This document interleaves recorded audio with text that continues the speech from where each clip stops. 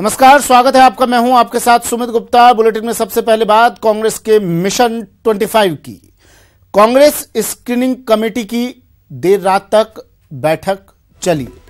बैठक में CM Ashok Gehlot, deputy CM Sachin Pilot, संगठन महासचिव केसी वेणुगोपाल, प्रभारी अविनाश पांडे मौजूद रहे। सभी सीटों पर इस बैठक में आम सहमति नहीं बन पाई। देर रात तक ये बैठक चली, लेकिन 25 सीटों पर सहमति नहीं बन पाई। सीडब्ल्यूसी की बैठक के बाद अब फिर से बैठक होगी। पेचीदा सीटों का सीईसी के सामने प्रस्ताव रखा जाएगा।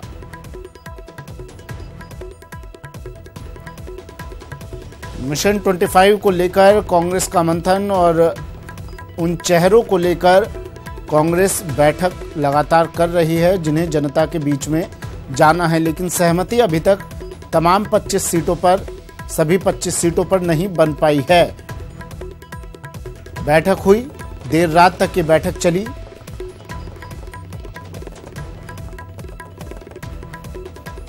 बात यह है कि चुनाव को लेके, चुनाव की तैयारी को लेके भी अन्य विषय भी जो हैं उसके बारे में भी चर्चा हुई।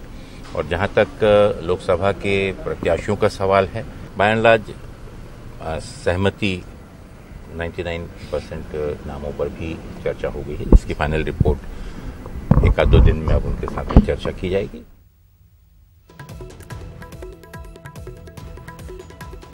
तो स्क्रीनिंग कमेटी की बैठक हुई। बैठक में संगठन महासचिव केसी वेणुगोपाल, प्रभारी अविनाश पांडे भी मौजूद रहे। बातचीत की गई, मंथन किया गया, लेकिन 25 सीटों पर आम सहमति नहीं बन पाई। अब एक बैठक और होनी है।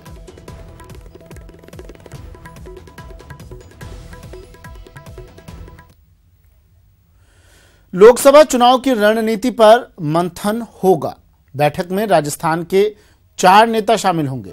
मुख्यमंत्री अशोक गहलोत और डिप्टी सीएम सचिन पायलट इसमें शामिल होंगे। रघुवीर मीणा और भवन जितेंद्र सिंह भी इस बैठक में मौजूद रहेंगे। तो लगातार मंथन का दौर जारी है। मिशन 25 को अचीव करने के लिए, मिशन 25 को जीतने के लिए मंथन, बैठकें लगातार चल रही हैं। लेकिन कल जो बैठक हुई सीडब्ल्यूसी की, उसमें 25 सीटों पर आम सहमति नहीं बन पाई। इसके बाद अब एक और बैठक होनी है। कांग्रेस कार्य समिति की आज बैठक होगी, सीडब्ल्यूसी की बैठक होगी और उसके बाद ये फैसला किया जाएगा कि कौन से वो चेहरे होंगे, उन पर मंथन किया जाएगा। जो पेचीदा सीटें हैं उन पर बातचीत की जाएगी। बैठक अहमदाबाद में होगी।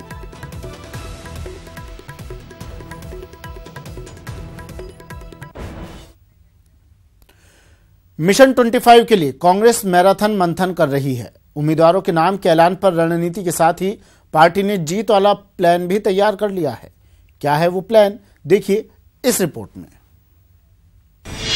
मिशन 25 के लिए कांग्रेस प्लान, 2019 फतह का कांग्रेस फार्मूला, एनडीए की नाकामी बनाम यूपी की सफलता। 2019 फतह के लिए ये कांग्रेस का प्लान है। बीजेपी को मात देने के लिए कांग्रेस की रणनीति है। राहुल राज के लिए कांग्रेस का फॉर्मूला है। दिल्ली फतह के लिए कांग्रेस ने पूरी तैयारी कर ली है। लोकसभा चुनाव को लेकर राजस्थान में गठित की गई चुनावी कमेटियों में से मीडिया कमेटी की बैठक में जीत का ब्लूप्रिंट भी तैयार कर लिया गया है। 2019 फतह का कांग्रेस फार्मूला, मीडिया कमेटी की पहली बैठक में तैयार की गई रणनीति। एनडीए की नाकामी और यूपीए की सफलता को भुनाएगी कांग्रेस। बेरोजगारी, राफेल, किसानों की आत्महत्या जैसे कई मुद्दों को उठाएगी कांग्रेस। किसानों की कर्ज माफी, निश्चित मात्रा तक मुफ्त पानी जैसे सरकारी उपलब्धियों को भुनाएगी कांग्रेस। सेना की कार्रवाई का श्रेय लूटने का आरोप भी लगाएगी बीजेपी पर। संभाग और जिला स्तर पर होगी मीडिया कमेटी की वर्कशॉप। जो बेरोजगार रोजगार मान रहे थे, उनको पकौड़े तलने की सलाह दे करके उनको रोजगार देने की बातें की गई। वो सब चीजें हम संभाग, जिला, ब्लॉक स्तर के ऊपर ले जाएंगे और मोदी सरकार की विफलताओं को उजागर करेंगे। हमारी यूपीए सरकार की जो अच्छी अच्छी योजनाएं थी, जिससे जनता को, लोगों को, देश के लोगों को लाभ मिला था, चाहे खाद्य सुरक्षा गारंटी की बात हो, चाहे मनरेगा की बात हो, चाहे जो अनिवार्य बाल शिक्षा कानून की आरटीई की बात हो, यही नहीं, कांग्रेस ने एयर स्ट्राइक को लेकर भी आर पार के मूड में है। आप देखिए, पुलवामा अटैक में हमारे 40 से ज्यादा सैनिक शहीद हो गए और उन्होंने जो कार्रवाई की सेना ने, उस सेना की कार्रवाई को अपनी उपलब्धि, भाजपा की उपलब्धि बताते हुए उन 40 शहीदों की शहादत को भूल गए और आगे जाकर के तिरंगा यात्रा भारतीय जनता पार्टी के बैनर के नीचे निकालने लग गए। इससे बड़ा दुर्भाग्य कोई हो नहीं सकता।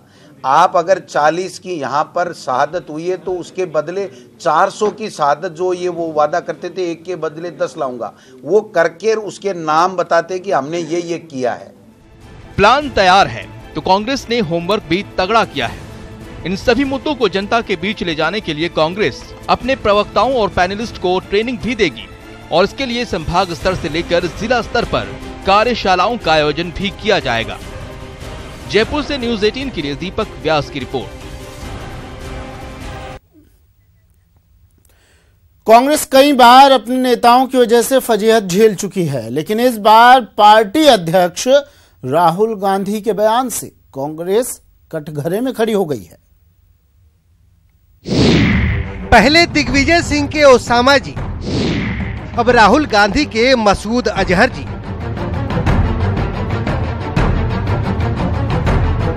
जी हां, पहले तो कांग्रेस के सेकेंड लेयर के नेता आतंकियों का नाम लेने के बाद उन्हें इज्जत देना नहीं भूलते थे, लेकिन अब कांग्रेस के टॉप मोस्ट नेता यानी खुद कांग्रेस अध्यक्ष ही आतंकियों को इज्जत नवाजने लगे हैं। तो एयरक्राफ्ट में मसूद अजहर जी के साथ बैठकर मसूद अजहर जी के साथ बैठकर जो आज नेशनल सिक्योरिटी एडवाइजर हैं अजीत डोभाल, मसूद अजहर को जाकर कांदाहार में हवाले करके आ गए थे। सुनकर यकीन नहीं हो रहा होगा, लेकिन ये 16 आने सच है। कांग्रेस अध्यक्ष ने देश के गुनहगार जय सरगना मसूद अजहर को जी कहकर संबोधित किया है। एक बार फिर सुनिए राहुल गांधी का वो बयान जिसमें उन्होंने मसूद को इज्जत बख्शी है। एयरक्राफ्ट में मसूद अजहर जी के साथ बैठकर जो आज नेशनल सिक्योरिटी एडवाइजर हैं अजीत डोभाल, मसूद अजहर को जाकर कांदाहार में हवाले करके आ गए। दरअसल राहुल गांधी दिल्ली में कांग्रेस कार्यकर्ताओं को संबोधित कर रहे थे और इस दौरान पुलवामा हमले का जिक्र कर बीजेपी पर निशाना साध रहे थे, लेकिन निशाना साधते साधते खुद निशाने पर आ गए। बीजेपी ने मसूद अजहर जी वाले बयान के लिए राहुल को कटघरे में खड़ा कर दिया है। राहुल गांधी ने अपने भाषण में मसूद अजहर जी कहा है। किसको? जो एक दुनिया का बड़ा आतंकवादी है। किसको? जिसने सैकड़ों हिंदुस्तानियों की आतंकवाद में हत्या करवाई है। किसको? जिसने कई हमारे सेना के जवानों को बलिदान करवाया है। एक तरफ राहुल गांधी निशाने पर है तो दूसरी तरफ कांग्रेस नेता इसे राहुल गांधी की भाषा की शालीनता करार दे रहे हैं। अगर जी बोला है तो ये भाषा की शालीनता होती है, मगर मसूद अजहर को किसने पहुंचाया पाकिस्तान, भारत की जेल से छोड़ा के किसने उनको हवाई जहाज पे बैठाल के पहुंचा दिया पाकिस्तान, भारतीय जनता पार्टी को राहुल जी के इस सवाल का भी जवाब देना चाहिए।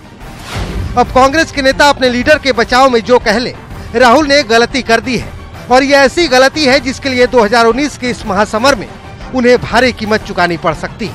Bureau report, news 18 network. वहीं केंद्रीय सूचना और प्रसारण मंत्री राज्यवर्धन सिंह राठौड़ ने आतंकी मसूद अजहर को मसूद अजहर जी कहने पर राहुल गांधी की निंदा की। राठौड़ ने कहा कि इस बयान से कांग्रेस और राहुल गांधी का असली चेहरा सामने आ गया है। राहुल गांधी अपने देश की सेना के अध्यक्ष को तो गुंडा कहते हैं और आतंकियों के आका को जी कहकर पुकारते हैं। उन्होंने कहा कि कांग्रेस के लोग पाकिस्तानी प्रधानमंत्री इमरान खान की इज्जत करते हैं और उनके प्रवक्ता बनते हैं, जबकि अपने देश के प्रधानमंत्री नरेंद्र मोदी से नफरत करते हैं। Rahul Gandhi and Congress organization stands exposed once again. The mass murderer and a terrorist known around the world, Masood Azhar, is being referred to as G and they call the Indian Army's army chief as a Gali ka Gunda. I think the contrast is very clear. They speak the language of the Prime Minister of Pakistan and they hate our very own Prime Minister of our country. They have become spokespersons of ISI and Pakistan Army and they believe their version and they question our army and our air force. Lok Sabha चुनाव से पहले BJP विभिन्न विधाओं में महारत रखने वाले लोगों से संपर्क करेगी। प्रदेश के सभी जिला मुख्यालय में पार्टी की ओर से ऐसे लोगों से संपर्क कर पार्टी की ओर से हुए कामों के बारे में जानकारी दी जाएगी। इस विशेष संपर्क अभियान का आगाज 13 मार्च को शाम 5 बजे जयपुर से किया जाएगा। सशक्त मोदी सशक्त भारत नाम से आयोजित इस कार्यक्रम में बीजेपी के राष्ट्रीय प्रवक्ता और प्रदेश लोकसभा चुनाव के सह प्रभारी सुधांशु त्रिवेदी होंगे। 13 तारीख के उसी क्रम के अंदर सभी जैसे जिलों में व्यक्ति से संपर्क करेंगे, छोटी छोटी ऐसे विशिष्ट लोगों की बैठक करेंगे, सभी नगर पालिका नगर परिषदों के स्तर पे ऐसे उस जैसे सभी वर्गों की बैठक करेंगे और जिले में एक ऐसा बड़ा कार्यक्रम।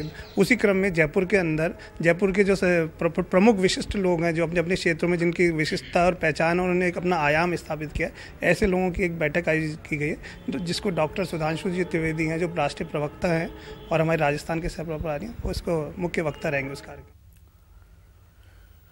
गुर्जर आरक्षण मामले में राजस्थान हाईकोर्ट ने राज्य सरकार से जवाब तलब किया है। मुख्य न्यायाधीश प्रदीप नंद्राजोग की खंडपीठ ने अरविंद शर्मा और बादल वर्मा की याचिका पर सुनवाई करते हुए राज्य सरकार से जवाब मांगा है।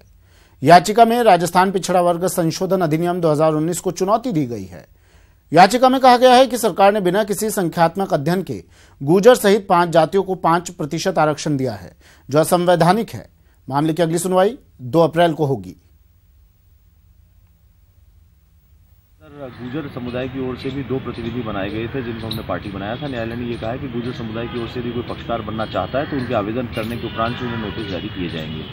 याचिका में हमारी ओर से ये कहा गया था कि गुर्जरों को जो 5% आरक्षण धारा 3 और धारा 4 में संशोधन करके राज्य सरकार द्वारा 13 फरवरी को दिया गया है वो असंवैधानिक है, क्योंकि 2 बातें हैं। एक बात ये कि जो गुर्जरों को आरक्षण दिया गया है वो किसी क्वान्टिफाइबल डाटा के बेसिस पर नहीं दिया गया है, वो आरक्षण दिया गया है पॉपुलेशन के रिप्रेजेंटेशन के आधार पर, जो कि जनगणना को। खबर अलवर से। अलवर के सरस डेयरी में आग लग गई है कर्मचारियों में। इसके बाद अफरा तफरी मच गई। दमकल की 2 गाड़ियां मौके पर पहुंची। आग पर काबू पाया गया। पाउडर प्लांट के चैम्बर में अचानक विस्फोट से यह हादसा हुआ। अलवर से बड़ी खबर।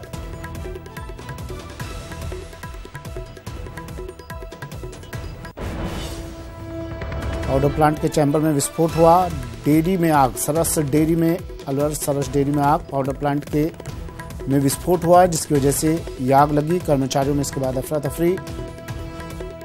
फायर ब्रिगेड को सूचित किया गया। दमकल की गाड़ियां मौके पर पहुंची और आग पर काबू पाया। बूंदी जिले में जनवरी महीने से अभी तक 13 लोगों को स्वाइन फ्लू होने की पुष्टि हो चुकी है, जिसमें उपचार के दौरान 2 मरीजों की मौत भी हो गई।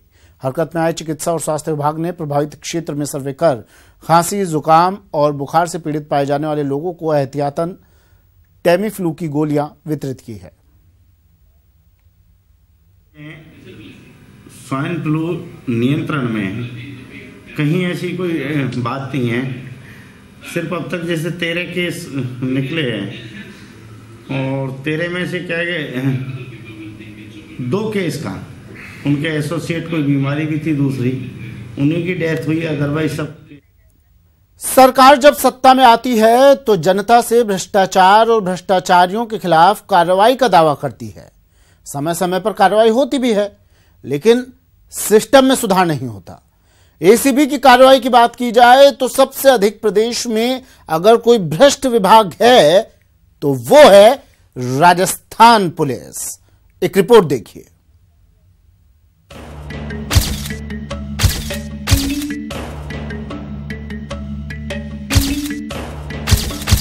न कोई डर न कोई लाज, खाकी पर फिर उठा सवाल। खुलासा हो सकता है। आप देखिए ये जो डॉक्यूमेंट है वो खंगाले जा रहे हैं, साथ ही ये जो है ये राशि है जो एसीबी ने जो है यहाँ पर ट्रेप की है। आदत ऐसी जो जाती नहीं। करप्शन में सबसे आगे पुलिस।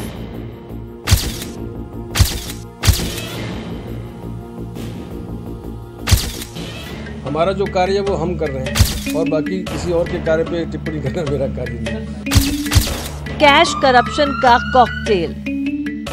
जिस खाकी पर क्राइम पर शिकंजा कसने की जिम्मेदारी है, जिस वर्दी पर करप्शन रोकने का जिम्मा है, जिस महकमे पर जनता की सुरक्षा का दारोमदार है, उस खाकी पर फिर सवाल उठ रहे हैं। सवाल भी ऐसे जो प्रदेश के लिए परेशानी का सबब है।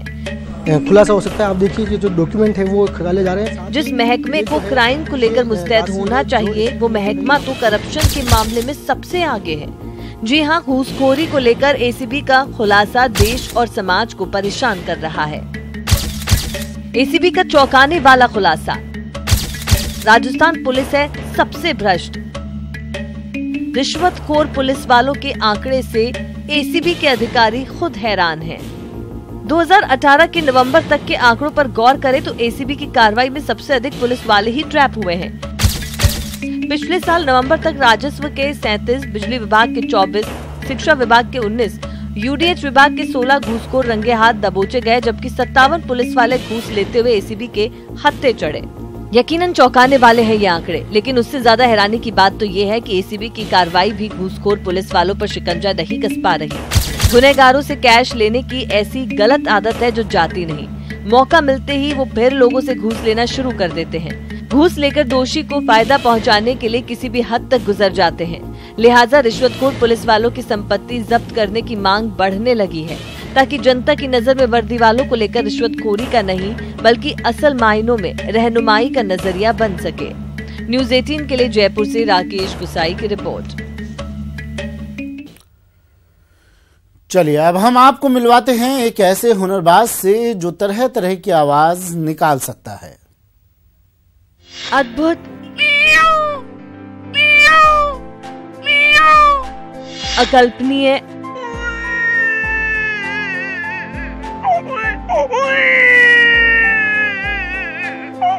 अविश्वसनीय,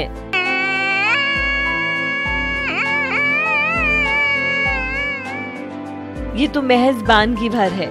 अभी तो इन साहब का हुनर और सुनना बाकी है।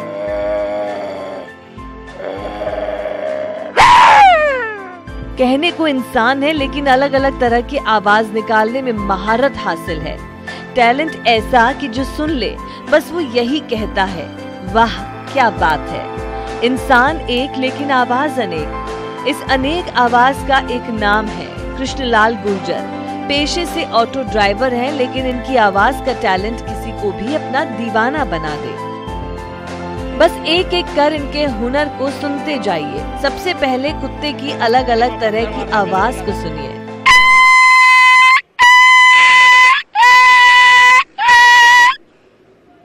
और एक आवाज है जैसे रात को रोता कुत्ता कोई।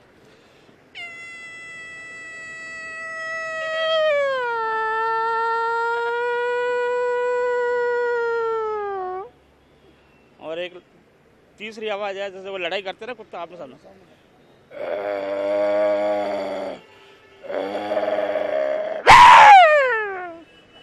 और घर के कुत्ते की अलग आवाज आती है, कोई दरवाजा खड़खड़ाता है तो वो अलग भौंकता है।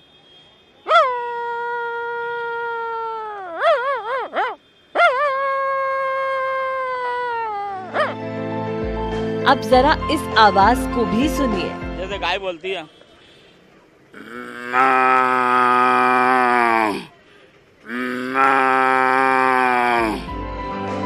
क्या रोते बच्चे की आवाज।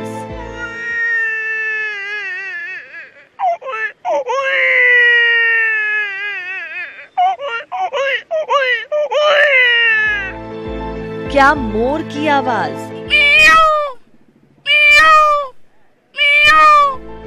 हुनर वाकई लाजवाब है, लेकिन अभी तक इस हुनर को वो मंच नहीं मिला जहां इस हुनरबाज को हर कोई सलाम करे और कोई कहे हुनर हो तो कृष्णलाल जैसा।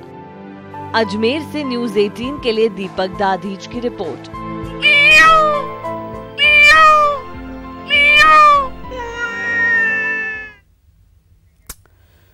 वाकई में अद्भुत, अविश्वसनीय, अकल्पनीय। उम्मीद है ये हुनर जल्द ही देश और दुनिया के सामने आएगा।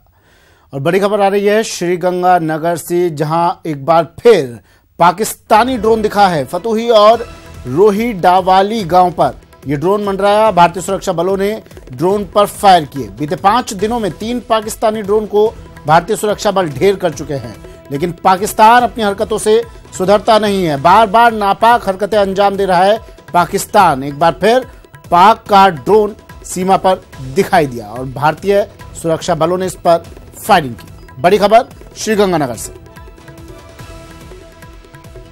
श्रीगंगानगर से इस वक्त की बड़ी खबर, फिर दिखा पाकिस्तानी ड्रोन और दिखते ही भारतीय सुरक्षा बलों ने इस पर फायरिंग शुरू कर दी। फतुही और रोही डावाली गांव पर मंडराते हुए इस ड्रोन को देखा गया। 3 पाकिस्तानी ड्रोन को अब तक ढेर किया जा चुका है। हर दूसरे दिन ये खबर आ रही है सीमा पर पाकिस्तानी ड्रोन दिखाई दे रहे हैं और भारतीय सुरक्षा बल इन पर निशाना साध रहे हैं। फिर दिखा श्रीगंगानगर सीमा पर पाकिस्तानी ड्रोन।